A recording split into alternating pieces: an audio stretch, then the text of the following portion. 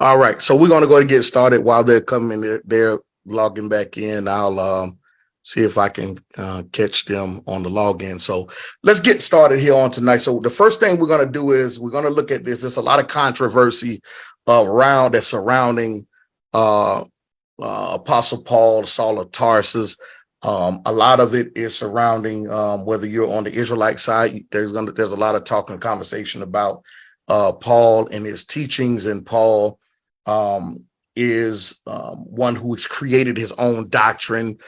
He is the father of what we know as modern day Christianity, and things like that. So there's a lot of derogatory things that's being said about him. A lot of this is new within the Israelite community, but it's not new within the Jewish world. There's a lot of Jews, a lot of rabbis who hate Apostle Paul guts. A lot of not just Messianic rabbis, but more so Orthodox rabbis who can't stand Apostle Paul. And so there's a lot of beef with that when it comes to that. And then later on, forwarding now people who, not just those who have an issue with the New Testament, there's a lot of brothers and sisters who accept the New Testament, but feel as though Shaul has some issues because many of them don't like him because he's a little too inclusive. So let's get into the next thing here. The next thing we want to talk about is Paul's bio. And I think that this is very important before we actually even get into doctrine, because if you are going to be someone who's going to challenge Paul, I think that Paul's bio, his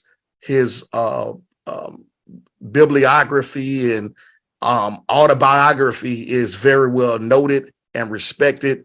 And I think that it's kind of interesting that people who just woke up to Torah a couple of years ago, a couple of months ago, and a couple of days ago would even go to the length of trying to challenge Paul on his doctrine. Not to say that anyone is above examining their theology. I think that what happens is that people who don't even really have an understanding of how to keep Shabbat properly is trying to challenge someone who was born in the culture, not someone who reverted back to the culture. Because for us, if we wake up or come into what we know as identity, I don't think it's so much of a conversion, even though I think we convert to Mashiach and convert for spiritually. But when it comes to the culture and the custom, I think it's important for us to understand that we revert to the custom, not convert to the custom. We convert to being born again, but we revert to keeping what we were not keeping once before.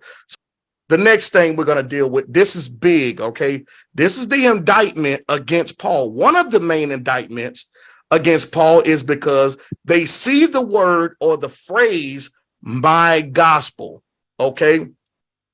This is something that we need to understand. This going to help you. This right here is going to help you. See, look at what Paul said. Paul said he got his own gospel. As though this statement is a statement that's an indictment against him, as though he's making up and creating a doctrine. Apostle Paul is not saying, and we're going to look at Romans chapter 2, verse 16, Romans 16:25, and we're going to look at 2 Timothy 2:8. There are other passages of scripture within the letters that Paul wrote to those congregations. There are others within that, but we're going to look at these three for the sake of time, because we want to get into dealing with this teaching fully so that we can get an understanding. All right. So Romans chapter number 2, verse number 12 says, for all who have sinned without the law will also perish without the law. And all who have sinned under the law will be judged by the law. Okay. For it is not the hearers of the law who are righteous before Yah, but the doers of the law who will be justified. Now, we oftentimes we take that and we use that as a form of apologetics or a form of evangelism to say, see, if you don't keep the law, you're not justified. And other people, of course, we know we frame that as the church, they ain't keeping the law, so they going to hell. Well, Paul's intent of writing that was not really to actually enforce people pushing the law. when you understand, yes, Paul does keep the Torah. He's not against the Torah and all that other stuff.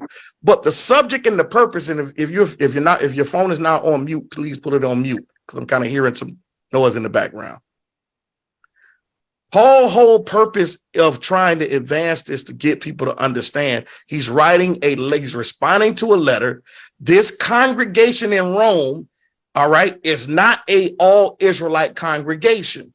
So Paul is in verse 14, he gives you the context of why he says what he's saying, because during that time, you got people going around who are telling them, hey, put your phone on mute. I'm gonna have to exit you out of here. Okay, put your phone on mute. If you don't know how to say it, then we'll help you. All right. So in verse number 14, Paul is making this very clear, because you know how it is when you have people who are coming in, whether they are Hellenized Israelites who living like Gentiles and have reverted and converted. Then you also have natural blood Gentiles who've come in, which is, you have some who became proselytes, which means they've totally converted into the culture. They've totally converted or totally reverted back to keeping the customs and the commandments. Then you have those that are Nakars who are passing through.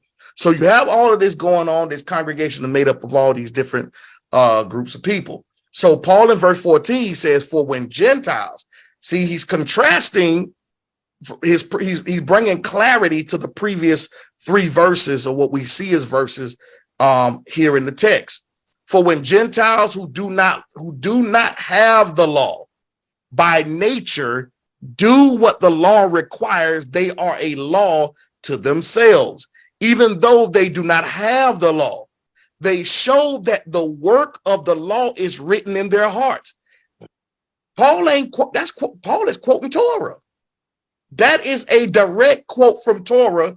You can find that in Deuteronomy and other places about your heart being circumcised and fringes on your heart. So Paul, who is a scholar of the law, understands that, right? So he's telling them, he's saying, look, y'all Israelites, because there was a lot of Israelites that was living like hypocrites in these congregations.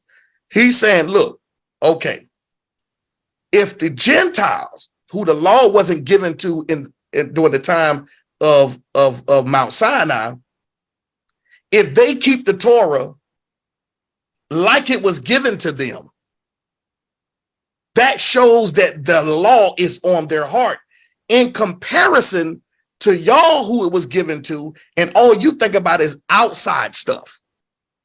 This is what Paul is trying to explain to them. Okay, so let's keep going here, because I don't want to stay there too long. He says in verse 15, they show that the work of the law is written in their heart, on their hearts, while their conscience also bears witness, and their conflicting thoughts accuse or even excuse them. So Paul is even saying there's a level of conviction, all right, which that's very important for us to also understand the level of conviction. On that day, when according to my gospel, see that Bishop or Dr. Brown, Paul still talking about how Paul got a gospel. Paul don't have no gospel, Dr. Brown. What do you mean, Paul? I'm still not convinced at what you're saying, what Paul is saying, because he's making it possessive to him. Now to him who is able to strengthen you according to my gospel and the preaching of Yeshua HaMashiach, according to the revelation of the mystery that was kept secret for long ages. But now, I'm sorry, verse 26, but has now been disclosed, and through the prophetic writings has been made known to all nations, according to the command of the eternal God, to bring about the obedience of faith to the only wise God, Yah of glory, forevermore through Yeshua HaMashiach. Now, well, Bishop, that still didn't convince me. What does he mean, my gospel? Well, just wait for it.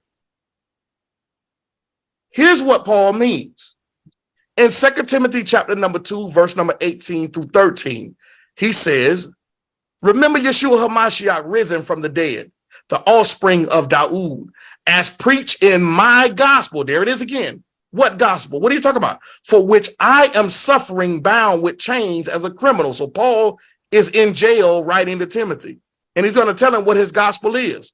But the word of Yah is not bound. Therefore, I endure everything for the sake of the elect, that they also may obtain the salvation that is in Yeshua HaMashiach with eternal glory. Listen to what it says again, if you didn't catch it. In verse number 8, remember Yeshua HaMashiach, risen from the dead, the offspring of David, as preached in my gospel. Let me read it again. Remember Yeshua HaMashiach, risen from the dead, risen from the dead, risen from the dead, risen from the dead, the offspring of David, as preached in my gospel. Let me read it for you one more time. Paul's gospel is preaching about the resurrection of Mashiach from the dead, that he's not dead, but he lives.